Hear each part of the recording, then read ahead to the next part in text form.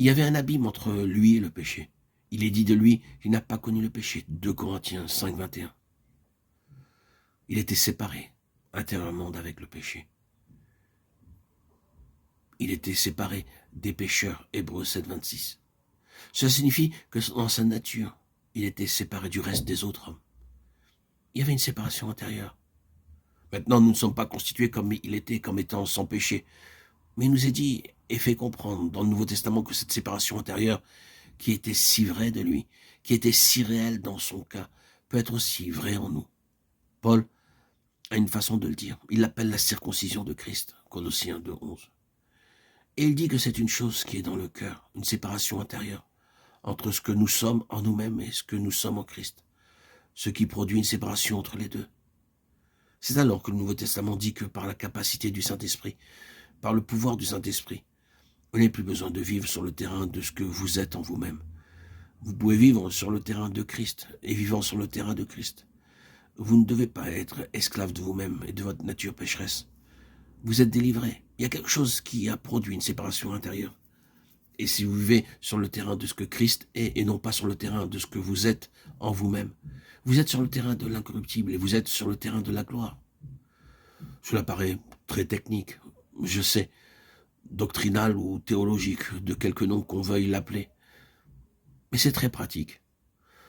Nous le savons très bien, vous et moi qui sommes chrétiens, qui sommes les enfants nouveau-nés du Seigneur, nous savons qu'une division s'est produite en nous et qu'il y a maintenant 2 natures. Il y a d'un côté ce qui est notre nouvelle vie, notre nouvelle relation, ce qui est notre relation à Christ. Et il y a d'un autre côté ce qui est encore notre vieille relation avec le vieil Adam. Il est là. Ce n'est pas cautérisé, ce n'est pas annihilé, c'est bien là. Et nous savons maintenant que nous devons saisir continuellement le pouvoir qui est dans le Saint-Esprit en vertu de cette croix qui sépare, pour se maintenir sur le côté de Christ, sur le nouveau côté. Et si nous le faisons, nous savons que c'est la gloire. Très souvent, nous saisissons ce que signifie la gloire par le moyen des autres. Si nous allons sur l'autre rive et donnons accès au vieil Adam, nous savons bien qu'il n'y a là aucune gloire. Tout cela existait parfaitement et pleinement dans le cas du Seigneur Jésus. Et le Saint-Esprit, l'Esprit de gloire est entré en nous pour nous le faire partager. Et le chrétien qui a le plus de gloire, c'est le chrétien qui marche le plus sur le côté de la ligne de Christ. Il y avait le divin, lui, bien sûr. Il n'y avait pas d'autres 2 natures. Il n'y avait aucun besoin de partager entre une nature pécheresse et une nature divine en lui. Mais il y avait un fossé contenant entre lui et l'homme pécheur, constant. L'ennemi, le grand ennemi de la gloire, cherchait toujours à le contaminer, à l'entraîner, à le polluer, à le corrompre. Ne pensons pas qu'il ne devait jamais résister, qu'il ne devait jamais dire non à ceci ou à cela. Comme un homme sans péché pouvait-il être tenté? Comment?